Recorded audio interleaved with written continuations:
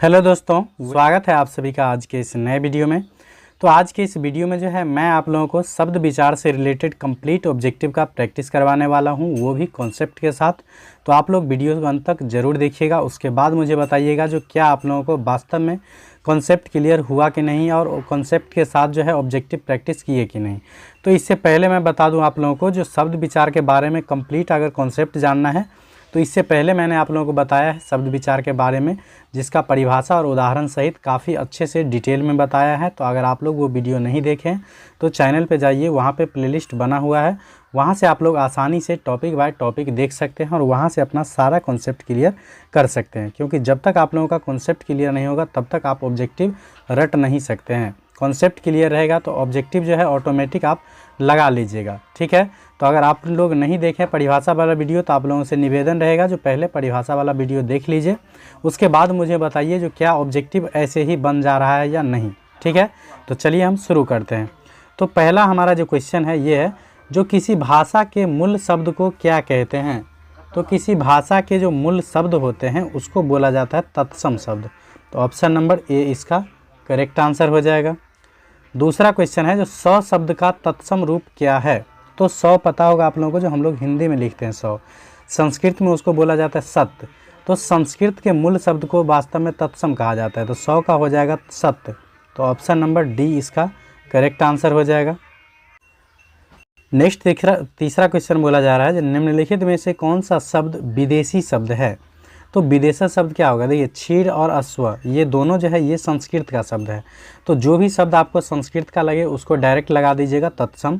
उसके बाद फूल जो है ये हिंदी का शब्द है तो इसको तद्भव बोलेंगे, और यहाँ कैंची जो है ये विदेशी शब्द है। तो ऑप्शन नंबर डी इसका करेक्ट आंसर हो जाएगा। उसके बाद नेक्स्ट क्वेश्चन हमारा है 4 नंबर, बोला जा रहा है जलज शब्द किस शब्द का उदाहरण है। जलज शब्द जो है किस शब्द का। तो देखिए जलज का मतलब क्या होता है, तो जलज का मतलब होता है जल प्लस ज का मतलब होता है जन्म, अर्थात जिसका जन्म जल में होता है उसको अर्थात कमल भी हम बोल सकते हैं। तो जिसका समस्त पद मिलकर के एक नए पद का बोध कराता है तो उसे हम लोग बोलते थे यौगरूढ़ शब्द। तो इसका करेक्ट आंसर हो जाएगा ऑप्शन नंबर सी। उसके बाद नेक्स्ट है, दरिंदों ने केवल मासूमों को लूटा ही नहीं बल्कि उनकी हत्या भी कर दी। इसमें किस वाक्य है। तो इसमें कुछ क्वेश्चन जो है वाक्य वाला भी मिल गया है, तो आप लोग टेंशन नहीं लीजिए। तो यहाँ से जो मेरे हिसाब से होना चाहिए ये मिश्र वाक्य होना चाहिए। तो आप लोग बताइएगा मिश्र होगा या संयुक्त होगा, कमेंट कीजिएगा, ठीक है। नेक्स्ट क्वेश्चन है, जो निम्नलिखित में से कौन शुद्ध शब्द है। तो शुद्ध शब्द कौन सा है। तो देखिए परीक्षा में जो है ये र दीर्घिकार होता है, ठीक है। परीक्षा में क्या होता है, र दीर्घिकार, तब जाके ये परीक्षा सही होता है। प्रसाद में दंत स पड़ता है, ठीक है। प्रणाम में टवर्गी न पड़ता है, तब जाके ये शुद्ध होता है। तो ये तीनों अशुद्ध है, ये प्रशंसा सिर्फ शुद्ध है। तो ऑप्शन नंबर ए इसका करेक्ट आंसर हो जाएगा। उसके बाद नेक्स्ट क्वेश्चन बोला रहा है 7 का, जो सत्य शब्द है। तो सत्य का मतलब क्या होता है 100। तो यहाँ सत्य जो है ये संस्कृत का शब्द है। तो जब भी आप लोगों को संस्कृत का शब्द लगे तो उसको डायरेक्ट लगा देना है तत्सम शब्द। ऑप्शन नंबर ए इसका करेक्ट आंसर हो जाएगा। उसके बाद नेक्स्ट क्वेश्चन बोला जा रहा है 8 नंबर, जो मैंने भोजन नहीं किया और मेरी भूख मिटी नहीं। तो जब भी और से 2 सेंटेंस अगर जुड़ा हुआ नज़र आ जाए तो उसे आप लोग आंख मूंद के लगा दीजिएगा संयुक्त वाक्य, ठीक है। और से जब भी 2 वाक्य जुड़ा रहे तो उसको संयुक्त वाक्य मान लेना है डायरेक्ट। उसके बाद बोला जा रहा है निम्नलिखित में कौन शुद्ध वाक्य है। तो वह बिल्कुल भी बात नहीं मानती, तो बिल्कुल लगा ही दिए तो यहाँ भी नहीं लगाना चाहिए। उसके बाद उसके स्त्री, तो स्त्री जब ये है तो यहाँ उसकी होना चाहिए। उसके बेटी, तो बेटी भी यहाँ उसकी होना चाहिए, तब जाके ये सब शुद्ध होता। उसके बाद है जो यह बात कहने में किसी को संकोच नहीं होगा। तो ये वाक्य जो है बिल्कुल शुद्ध है। तो ऑप्शन डी इसका करेक्ट आंसर हो जाएगा। उसके बाद नेक्स्ट क्वेश्चन बोला जा रहा है, जो बनावट के अनुसार शब्द के कितने भेद होते हैं। तो बनावट के अनुसार शब्द के 3 भेद होते हैं, मैंने बता दिया है, रूढ़, यौगिक और यौगरूढ़। अगर परिभाषा वाला वीडियो नहीं देखें तो जाइए देख लीजिए, उसके बाद सारा कॉन्सेप्ट आप लोगों को क्लियर हो जाएगा। उसके बाद नेक्स्ट है मौसम शब्द है। तो मौसम ये लगभग फारसी भाषा का शब्द है, ठीक है, फारसी या अरबी भाषा का। तो ये विदेशज के अंतर्गत आ जाएगा। तो ऑप्शन नंबर डी इसका करेक्ट आंसर हो जाएगा। उसके बाद नेक्स्ट क्वेश्चन हमारा है 12 नंबर, बोला जा रहा है जिससे किसी बात के न होने का बोध हो। ना होने का बोध हो मतलब क्या, नहीं होने का बोध हो। तो जब ये नहीं होने का बोध होगा तो उसको हम बोलेंगे निषेधवाचक, मतलब मनाही वाला। तो ऑप्शन नंबर सी इसका करेक्ट आंसर हो जाएगा। उसके बाद नेक्स्ट है 13 का, जो फाल्गुन शब्द है। तो फाल्गुन क्या है, संस्कृत का शब्द है। तो जो भी संस्कृत का शब्द लगे उसको आप लोगों को डायरेक्ट लगा देना है तत्सम। उसके बाद है रात्रि शब्द क्या है। तो रात्रि भी क्या है, संस्कृत शब्द है। रात्रि का रात होता है, फाल्गुन का फागुन होता है, ठीक है ना। तो ये सभी क्या है, संस्कृत का शब्द। तो इसको डायरेक्ट हम लोग लगा देंगे तत्सम। तो इसका भी आंसर हो जाएगा ऑप्शन नंबर सी। उसके बाद नेक्स्ट क्वेश्चन बोला जा रहा है 15 का, जो सावन शब्द है। तो सावन को इंग्लिश में जो है श्रावण होता है, ठीक है, इंग्लिश में नहीं मतलब संस्कृत में। तो श्रावण रहता तब जाके ये तत्सम हो जाता, लेकिन सावन है इसलिए इसको हम बोलेंगे तद्भव। तो ऑप्शन नंबर डी इसका करेक्ट हो जाएगा। उसके बाद है आंसू। तो आंसू को हम लोग संस्कृत में बोलते हैं अश्रु। तो अश्रु रहता है तो तत्सम हो जाता, आंसू है इसलिए हम इसको बोलेंगे तद्भव। तो इसका भी करेक्ट हो जाएगा बी। अभी जस्ट मैंने बताया है जो रात्रि, रात्रि शब्द संस्कृत का है, रात शब्द हिंदी में यूज करते हैं। तो जिस शब्द का हम रूप बदल के हिंदी में यूज करते हैं उसको बोलते हैं तद्भव। तो रात्रि रहता तो तत्सम हो जाता है, रात है तो इसके लिए इसको मानेंगे हम तद्भव, ठीक है। उसके बाद अगला क्वेश्चन है 18 का, जो शंख शब्द है। तो शंख शब्द जो है हम संस्कृत में यूज करते हैं शंख ही, तो इसको हम बोलेंगे तत्सम शब्द। तो ऑप्शन नंबर सी हो जाएगा। उसके बाद होली शब्द क्या है। तो होली भी क्या है, हिंदी भाषा का शब्द है, तो इसको बोलेंगे तद्भव। उसके बाद चैत शब्द है। तो चैत भी क्या हो जाएगा, अगर चौई का चै उसके बाद आधा त और य रहता तब जाके ये तत्सम हो जाता, लेकिन चैत है तो ये हो जाएगा तद्भव, ऑप्शन नंबर बी। उसके बाद नेक्स्ट है 21 का, जो चक्रवाक शब्द है। तो चक्रवाक शब्द क्या है। तो चक्रवाक शब्द भी क्या है, संस्कृत का शब्द है, इसलिए ये भी हो जाएगा आप लोगों को तत्सम। तो ऑप्शन नंबर सी इसका करेक्ट हो जाएगा। उसके बाद 22 का है, जो डॉक्टर शब्द है। तो बताया था मैंने आप लोगों को, इंग्लिश का जो भी शब्द आप लोगों को नज़र आए तो उसको डायरेक्ट लगा देना है विशेषण। ऑप्शन नंबर बी इसका करेक्ट हो जाएगा। जैसे डॉक्टर, बुक, पेंसिल, ये सभी क्या है, इंग्लिश वाला शब्द जितना भी आ जाए, अरबी फारसी वाला शब्द भी, तो वो सभी के सभी हो जाएंगे विदेशज।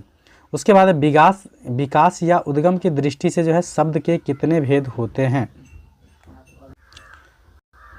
तो विकास या उद्गम की दृष्टि से शब्द के कितने भेद होते हैं। तो याद रखिएगा 4 भेद होते हैं, तत्सम, तद्भव, देशज और विदेशज।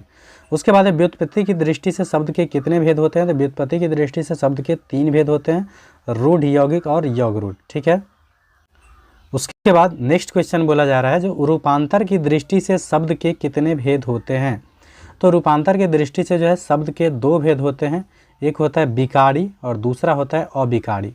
विकारी शब्द किसको बोलते हैं, तो जिसका रूप परिवर्तन होता है उसको विकारी बोलेंगे, और जिसका रूप परिवर्तन नहीं होता है उसको अविकारी बोलेंगे। विकारी के अंतर्गत आ जाता है संज्ञा, सर्वनाम, क्रिया और विशेषण, ठीक है।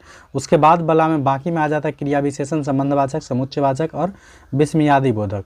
तो स्टार्टिंग वाला 4 जो है ये विकारी के अंतर्गत आता है, और लास्ट वाला 4 जो है अविकारी के अंतर्गत आता है। उसके बाद अर्थ की दृष्टि से शब्द के कितने भेद होते हैं। तो अर्थ के दृष्टि से जो है शब्द के 3 भेद होते हैं, वही रूढ़, यौगिक या यौगरूढ़। उसके बाद है आदमी शब्द है। तो आदमी याद रखिएगा ये फारसी भाषा का शब्द है, ठीक है। तो ये ऑप्शन नंबर बी हो जाएगा। अगर तत्सम, तद्भव, देशज, विदेशज में पूछा जाएगा तो याद रखिएगा फारसी वाला शब्द जितना भी आ जाएगा वो सभी के सभी विदेशज के अंतर्गत आता है, ठीक है। चलिए उसके बाद नेक्स्ट क्वेश्चन है 28 का, बोला जा रहा है जो स्वरूप या रचना के आधार पर शब्द के कितने भेद होते हैं। तो स्वरूप या रचना के आधार पर भी शब्द के 3 ही भेद होते हैं, इसको बोलते हैं रूढ़, यौगिक और यौगरूढ़। उसके बाद है मैं देखता हूँ वाक्य है। तो जब भी कोई सिंपल वाक्य रहे, जो मैं देखता हूँ, वह खेलता है, वह पढ़ता है, तो इस प्रकार के वाक्य को हम बोलेंगे सरल वाक्य। तो ऑप्शन नंबर ए इसका करेक्ट हो जाएगा। उसके बाद है सुबह हुई इसलिए पक्षी चहक उठे। तो जब भी कोई कंडीशन वाला वाक्य नज़र आ जाए, तो उसको याद रखिएगा ये हो जाएगा मिश्र वाक्य। ऑप्शन नंबर बी करेक्ट हो जाएगा, ठीक है। सिंपल कोई भी नज़र आ जाए जिसमें सिर्फ एक सेंटेंस रहे तो उसको बोलेंगे सरल वाक्य। कंडीशन वाला वाक्य नज़र आ जाए तो उसको बोलेंगे मिश्र वाक्य, और जब 2 सेंटेंस और से जुड़ा रहे तब उसको बोलेंगे संयुक्त वाक्य, ठीक है। जैसे देखिए यहाँ नेक्स्ट वही का उदाहरण आ गया। नेक्स्ट क्वेश्चन जो है 31 का, बोला जा रहा है अकाल पड़ा और लोग मरेंगे। अकाल पड़ेगा और लोग मरेंगे, तो यहाँ और से 2 वाक्य जुड़ा है तो इसको मानेंगे संयुक्त वाक्य। जब भी कंडीशन वाला आ जाए तो समझ लीजिएगा मिश्र वाक्य, ठीक है। इसमें कोई भी कन्फ्यूजन नहीं होना चाहिए। उसके बाद 32 का है जो वाक्य के आवश्यक अंग है। तो वाक्य के जो है 2 आवश्यक अंग होता है, ठीक है। एक होता है उद्देश्य, एक होता है उद्देश्य, एक होता है उद्देश्य और दूसरा हो जाता है विधेयक, ठीक है। एक उद्देश्य और दूसरा हो जाता है विधेयक, ठीक है ना। उद्देश्य किसको बोलते हैं, तो कर्ता को, जिसके बारे में कुछ कहा जाए उसको बोलेंगे उद्देश्य, और उद्देश्य के विषय में जो कुछ कहा जाता है उसको बोला जाता है विधेयक। जैसे बोलेंगे राम किताब पढ़ता है, तो राम हो जाएगा उद्देश्य और किताब पढ़ता है ये सभी हो जाएगा विधेयक। तो इस प्रकार से वाक्य के जो है आवश्यक अंग कितने होते हैं, तो 2, याद रख लीजिएगा। उसके बाद नेक्स्ट क्वेश्चन बोला जा रहा है, क्वेश्चन नंबर 33 का बोला जा रहा है अर्थ के आधार पर वाक्य के मुख्यतः कितने भाग है। तो यहाँ भाग नहीं होना चाहिए, यहाँ पे प्रकार होना चाहिए, कितने प्रकार हैं। तो अर्थ के आधार पर जो है याद रखिएगा 8 प्रकार के वाक्य होते हैं, सेंटेंस, ठीक है। नेक्स्ट है जो वह घर नहीं जाएगा, किस प्रकार का वाक्य है। जब किसी को बोलेंगे जो आप नहीं पढ़िएगा, वह घर नहीं जाएगा, तो जब ये नहीं लगा रहे तो समझ लीजिएगा मना कर रहा है, उसको हम बोलते हैं निषेधवाचक वाक्य। ऑप्शन नंबर ए इसका करेक्ट हो जाएगा। उसके बाद है एक गिलास पानी लाओ, वाक्य है। तो जब हम किसी को बोलेंगे एक गिलास पानी लाओ, इसका मतलब हम उसको आज्ञा दे रहे हैं, जो एक गिलास पानी लाओ। तो जब हम किसी को आज्ञा देंगे तो उसको बोला जाता है आज्ञावाचक वाक्य। यहाँ से प्रश्न पढ़ लीजिएगा, आज्ञावाचक, संदेहवाचक, इच्छावाचक, विस्मयादिबोधक, निषेधवाचक, प्रश्नवाचक, इसी सब मतलब 8 प्रकार के ये होता है, ठीक है ना, अर्थ के आधार पर सेंटेंस। उसके बाद नेक्स्ट क्वेश्चन है 36 का जो आपको क्या चाहिए, यह वाक्य है। तो हम ही आपसे पूछेंगे जो आपको अगला विषय क्या पढ़ना है। तो ये हम आपसे क्या कर रहे हैं, प्रश्न कर रहे हैं। तो जिससे प्रश्न पूछा जाएगा उसको बोला जाता है प्रश्नवाचक। तो ऑप्शन नंबर सी इसका करेक्ट आंसर हो जाएगा। उसके बाद नेक्स्ट क्वेश्चन हमारा है 37 का, बोला जा रहा है आपकी यात्रा मंगलमय हो, यह वाक्य है। तो जब हम किसी को बोलते हैं आपकी यात्रा मंगलमय हो या आप परीक्षा में जो है अच्छे अंक प्राप्त करें, तो ये मेरी इच्छा है। तो इस प्रकार से ये हो जाएगा इच्छावाचक वाक्य। ऑप्शन नंबर बी इसका करेक्ट हो जाएगा। उसके बाद बोलेंगे जो अब तक वह सो गया होगा, किस वाक्य का उदाहरण है। तो किसी के बारे में बोलेंगे जो अब तक वह सो गया होगा, इसका मतलब हम उस पर संदेह कर रहे हैं, ठीक है ना। तो इसका आंसर हो जाएगा ऑप्शन नंबर सी। उसके बाद है पगड़ी शब्द क्या है। तो पगड़ी शब्द क्या है तो पता होगा आप लोगों को, लोटा, पगड़ी, तेंदुआ, ये सभी हो जाएगा देशज। तो ऑप्शन नंबर ए इसका करेक्ट आंसर हो जाएगा। उसके बाद है जिन शब्दों के खंड सार्थक न हो उन्हें क्या कहते हैं। तो जिन शब्दों के खंड सार्थक न हो उसे हम लोग बोलते हैं रूढ़ शब्द। तो ऑप्शन नंबर बी इसका करेक्ट आंसर हो जाएगा। तो चलिए आज के इस वीडियो में जो है मैं आप लोगों को शब्द विचार से रिलेटेड कंप्लीट ऑब्जेक्टिव का प्रैक्टिस करवाने का प्रयास किया हूं। इसमें यथासंभव कॉन्सेप्ट भी बताने का प्रयास किया हूं, ताकि अगर आप लोग परिभाषा वाला वीडियो नहीं देखें तो भी आप लोगों को ऑब्जेक्टिव समझ में आ जाएगा। हालांकि बेटर ये रहेगा जो आप लोग पहले परिभाषा वाला वीडियो देख लिया कीजिए, उसके बाद ऑब्जेक्टिव प्रैक्टिस कीजिएगा, तो काफ़ी सहूलियत होगी, ठीक है। तो आप लोग ज़रूर बताया कीजिए कमेंट बॉक्स में जो आप लोगों को यह वीडियो कैसा लगा। वीडियो पसंद आए तो लाइक कमेंट जरूर कर दिया कीजिए और अपने दोस्तों में शेयर करना ना भूलिएगा। और इसी प्रकार के वीडियो को देखने के लिए चैनल को सब्सक्राइब जरूर कर लीजिएगा। Thanks for watching.